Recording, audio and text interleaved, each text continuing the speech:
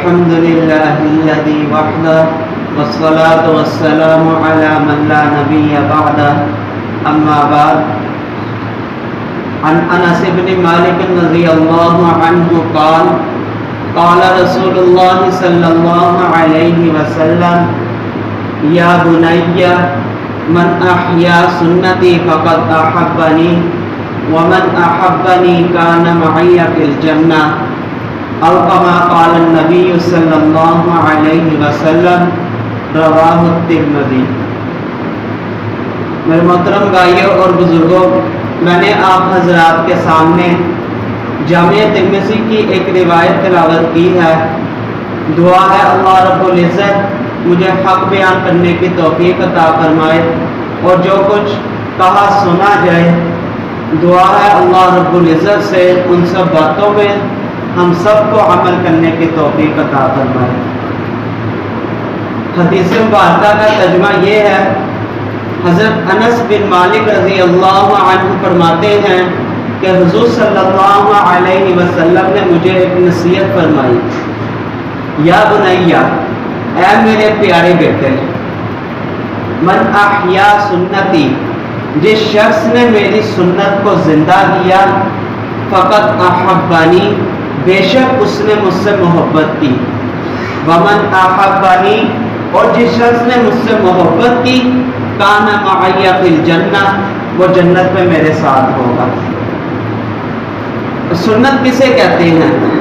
حضور صلی اللہ علیہ وسلم کے اقوال، افعال اور تقریرات کو سنت کہتے ہیں۔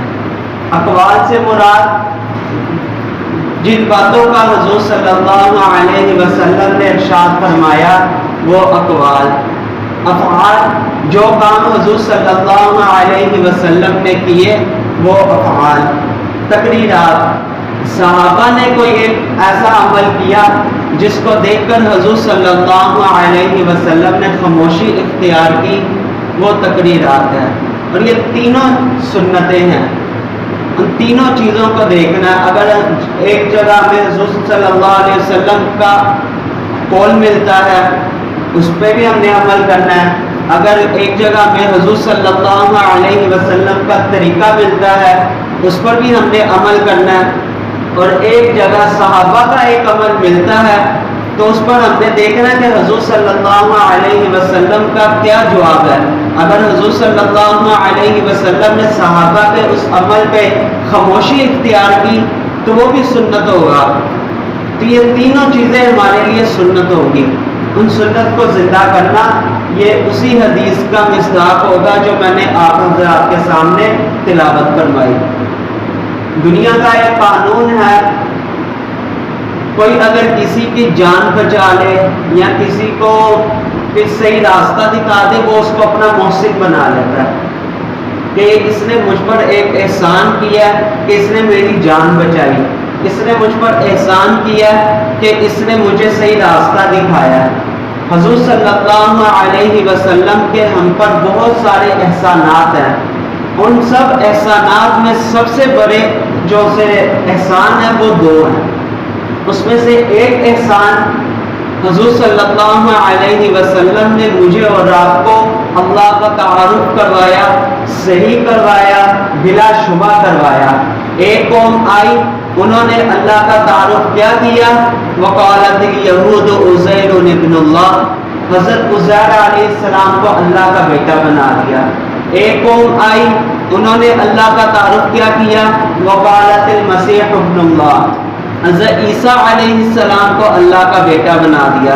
حضور پاک صلی اللہ علیہ وسلم نے مجھے اور آپ کو اللہ کا تعارف کروایا، بلا شبہ کروایا، بالکل صحیح کروایا۔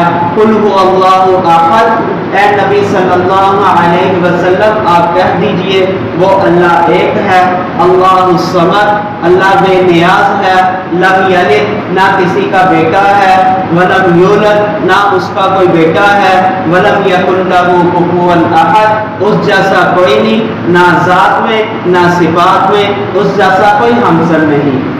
یہ حضور پاک صلی اللہ علیہ وسلم کے احسانات میں سب سے بڑا احسان یہ ہے کہ اللہ پاک کا ہمیں تعارف کروایا۔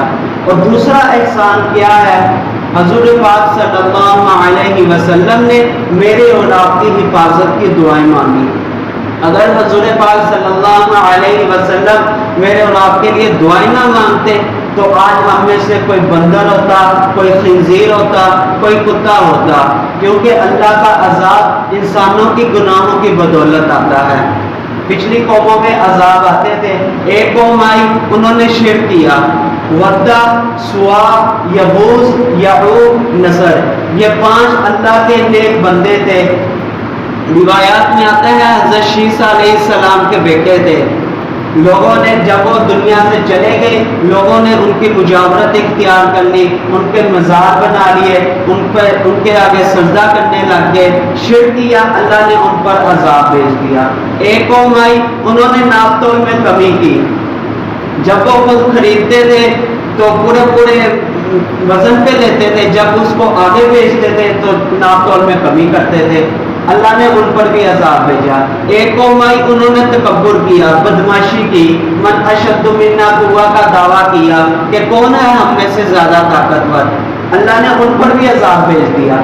ایک قوم آئی, انہوں نے مرد آپس میں بدفعلی کرتے تھے, داڑھی کٹواتے تھے. یہ داڑھی کٹوانے کا کام بھی قوم لوط سے شروع ہوا. بدفعلی کرتے تھے, داڑھی کٹواتے تھے اور نبی کو برا بھلا کہتے تھے. اللہ نے ان تینوں کا عذاب ان پہ بھیجا. پہلا بدفعلی کا عذاب بھیجا, دوسرا داڑھی کٹوانے کا عذاب بھیجا, اور تیسرا نبی پر جو ستم کرتے تھے ان کا عذاب ان پہ بھیجا. اب آپ مجھے بتائیں, پاکستان کی صرف بات لے لیں, پاکستان میں ناپ تول میں کمی ہو رہی ہے کہ نہیں ہو رہی؟ پاکستان میں شرک ہو رہا ہے کہ نہیں ہو رہا؟ پاکستان میں بدمعاشی ہو رہی ہے کہ نہیں ہو رہی؟ پاکستان میں سنتوں کو چھوڑا جا رہا ہے کہ نہیں چھوڑا جا رہا؟ بدفعلی ہو رہی ہے کہ نہیں ہو رہی؟ یہ مجموعی عذاب کیوں نہیں آ رہا؟ وہ حضور پاک صلی اللہ علیہ وسلم کی دعاؤں کا نتیجہ ہے. یہ حضور پاک صلی اللہ علیہ وسلم کی دعائیں تھیں جس سے آج ہم ان گناہوں سے بچے, ان عذاب سے بچے ہوئے ہیں. پہلے ایک قوم پہ ایک گناہ ہوتا تھا تو اللہ ان پہ عذاب بھیج دیتے تھے. تو وہ سارے گناہ صرف امت محمدیہ پر ہیں تو پھر بھی اللہ کا عذاب نہیں آ رہا. یہ حضور پاک صلی اللہ علیہ وسلم کی دعاؤں کا نتیجہ ہے. یہ حضور پاک صلی اللہ علیہ وسلم کا ہم پر ایک احسان ہے. تو ہمیں بھی چاہیے کہ ہم حضور پاک صلی اللہ علیہ وسلم کے ان احسانات کا بدلہ دیں. وہ بدلہ کی صورت میں دیں.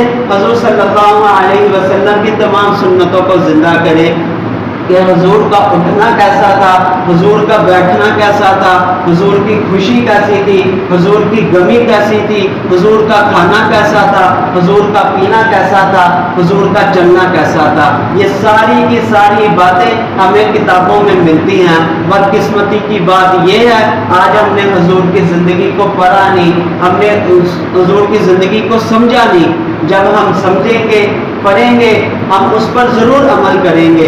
تو اب حضرات سے گزارش ہے کہ پچھلی جو زندگی گزری اس میں توبہ استغفار کریں, اور جو بقیہ زندگی رہ گئی ہے اس میں حضور پاک صلی اللہ علیہ وسلم کے نقش قدم پر چلنے کا عزم اور ارادہ کریں.